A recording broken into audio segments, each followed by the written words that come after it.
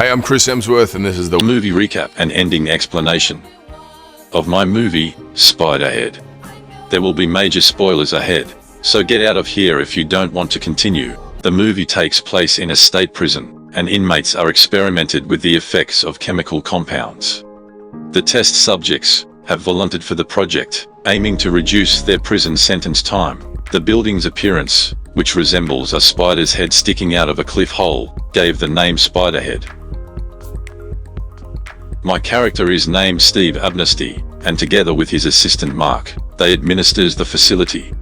Steve is the owner of a pharmaceutical business that develops a range of medications that alter behavior. The prison also serves as a research facility in the not-too-distant future. In comparison to an atypical prison inmate, the volunteers at the SpiderHead research facility have far better living conditions, excellent food, and a quiet environment. The story starts with Greg, who is laughing so hard that he almost faints. This man has been identified as a convicted felon who has served 4 stints in jail. He was shown some of the biggest catastrophes in the world, but all he could do was laugh. Next scene shows Steve coming back to the facility from his private plane. Jeff, another inmate, wakes up and he's taken somewhere with a blindfold on his eyes. He is accompanied by armed guards and Steve observing his every behavior. After that, Jeff gets back in the facility and we see him talking to a female prisoner named Liz. It is revealed that both of them have different sentences. Jeff has flashbacks of the previous trip where he is looking at the world in some very weird way. As he was influenced by administered substance, he looks at simple things like a factory and he sees it as a beautiful place.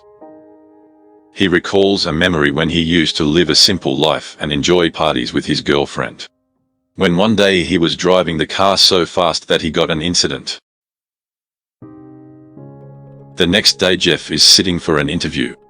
Shortly a woman named Heather arrives and sits in front of him. Some questions are being asked to them by Steve. Jeff rated the women about 8 in her attractiveness score. However, Heather only gave him less than 5. Suddenly they both started to feel something intense for each other. Looked like the substance they were given was working for them.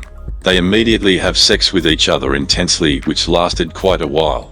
Eventually the effects of the substance wears off and they are back to normal. Steve wants to see if the love really lasts. All they have to do is to take a closer look at them if they still feel the same way toward each other. During lunchtime, Jeff and Heather see each other, but he does not seem interested in her. Next day, an older woman named Sarah sitting with Jeff in the same interview room. They both acknowledged for the process to begin. Then later, we can see Mark refilling his substances. He also suggests him to not let others touch his back, and same applies for him. Next session, while an experiment is going on, Jeff sits in with Steve at the control room, who asks him if he should give Darkenflocks to one of the women he had sex with earlier. He neither chooses from Heather nor Sarah. The substance is revealed to be N40, which Steve claims could change the world.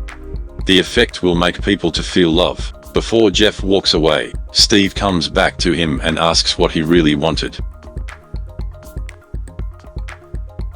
Jeff once again had a flashback of the accident where his friend died on the spot. He wanted to go back and fix it if he had one wish. Later we can see all the people eating, playing games and having fun.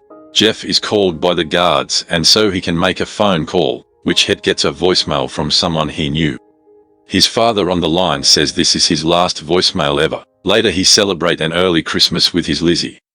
The next interview session had Jeff sitting with a big man.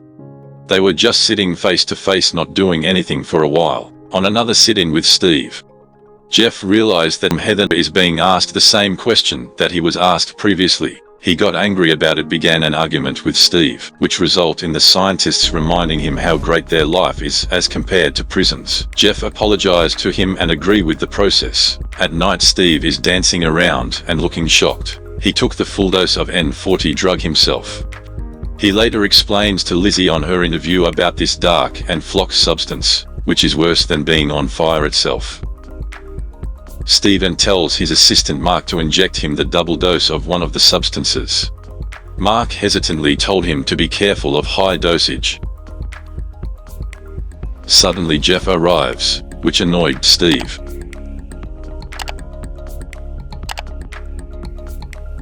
currently sitting in again. Steve asking Jeff if he wanted to let them give Heather darkened flocks, and he says he doesn't feel anything for her, so they release a little bit of the drugs to Heather.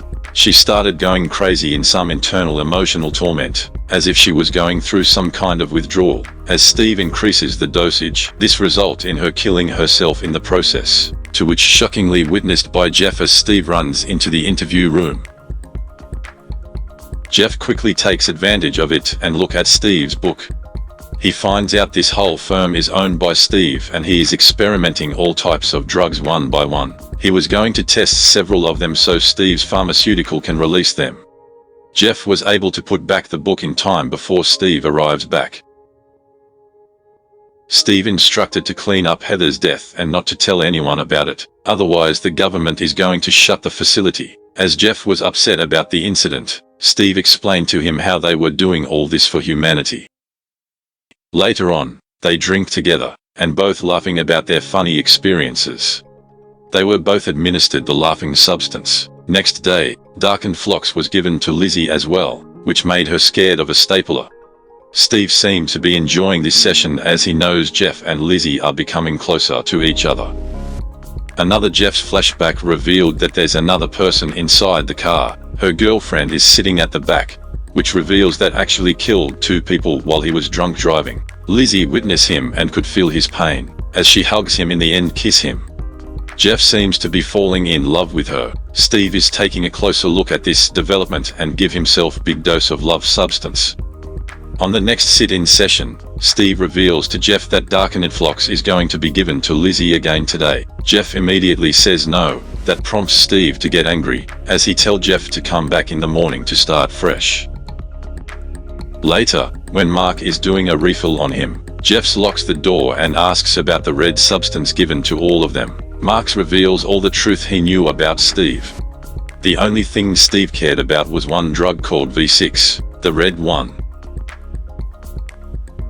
Next morning, Steve getting ready for Jeff to decide whether to give Liz darkened flocks or not. He gives the control to Jeff so that he can release Lizzie the substance himself. Jeff refuses it, which makes Steve lash out about it. Lizzie finally revealed that he lied to Jeff about her past. She didn't rob a bank. Her baby died inside her own car long ago for her negligence. She went for work for 3 hours and left her baby inside the car, which resulted in her baby's death. Hearing this, Jeff released the substance, but revealed that he released it in Steve's. Mark secretly changed his chemicals with darkened flocks, which makes him felt tons of pain. The substance name would have been called OBS, suggesting obedience. Jeff tried to control him to open the front door, but Steve has a knife in his hands. The fight ensues, as Steve releases all vials of darkened flocks into Lizzie, as Lizzie is about to take her own life. Jeff frees himself from Steve, breaks his vial system and saves Lizzie from her death. He tells her that he loves her as they run. Steve announced to all inmates on intercom to go after Jeff and Liz. As Steve himself tried to fix his vial system, all the inmates are chasing after Jess and Liz. Steve fled from the scene as he ride on his plane. While flying, Steve feels all of the substances. He feels happy, sad and terrible all at the same time. Finally, the love potion shows its effects, and Steve could not look away from the beautiful view of the mountain as his plane crashes into it. Jeff and Liz, escaping from the island through the boat they stole and laughed about it. The problem is clearly shown at the conclusion of the movie. Heather commits suicide in order to escape her suffering and depressive thoughts, when a drug administration device malfunctions and administers too much darkened flocks. In his hurry to reach Heather, Steve drops his keys, giving Jeff the opportunity to read over his notes and discover that Steve had been deceiving him. It was always Steve's decision to decide whether to administer darkened flocks, notwithstanding his claims that he needed to consult his supervisor and a committee. Mark is subsequently questioned by Jeff on why he is assisting Steve with such ethically superior research. Jeff discovers at this point that Steve just cares about B6. Steve doesn't give a damn despite Mark suggesting ways to make money off some of the other medications because he lacks perspective and is just interested in the massive money that a flawless B6 would provide. Mark, who was already apprehensive, is persuaded by Jeff to report SpiderHead's crimes to the police, which he did the following morning. Steve learns that Jeff is genuinely in love with Lizzie after he refuses to give Darkenflux to Heather or Sarah even though having sex with both of them. Jeff is able to turn the tables on Steve, though, with a little assistance from Mark giving him Darkenflux rather than Lizzie, thus compromising his control of the facility. And escaping with Lizzie, Steve attempts to send the other prisoners after them, reminding them that they would lose their relatively comfortable life at SpiderHead unless they apprehended Jeff and Liz. Examining the conclusion in further detail. Despite being aware of the horrific side effects of Darkenflux, Lizzie asked Jeff to give it to her anyhow since she believed she deserved it for killing her own kid, in a manner similar to how Jeff persisted in using drugs, both positive and negative ones, because he believed he deserved to be punished for killing his friend and girlfriend. Especially in children, trauma can easily result in this kind of reaction. Steve's father abandoned him when he was just 8 years old, which is the main cause of his sense of urgency to get big success. Not only would it prevent any additional fathers from abdicating their children by mastering B6, if he can do that and heal the world, but it would also demonstrate his worthiness to live. Because he loved Lizzie, Jeff declined to give her the Darkenflux. Jeff gave Steve the B6 and urged him to essentially stop his experimentation at SpiderHead, but Steve refused to do as he was told. This is due to the fact that his research is his true love and that it was all he had in life, which allowed him to counteract B6's effects. In other words, B6 won't work if someone is passionate enough. Steve was attempting to address that by letting Jeff decide who would receive Darkenflux. Although Steve was aware that Darkenflux was a bad drug, he continued to use Jeff because Steve required Jeff to do something against his will, in order to fully test the boundaries of B6. However, in the end, the love drug finally works as the device on Steve's is destroyed during the struggle with Jeff, which results in N40 being released, and along with other substances. He could not fathom that he was about to crash into the mountain since it was so breathtakingly beautiful to him. Thank you for watching this recap and ending explanation. Please subscribe to this channel. Hit like and notification bell for new uploads. By the way, I am Chris Hemsworth, the voice impersonator of the real Chris Hemsworth.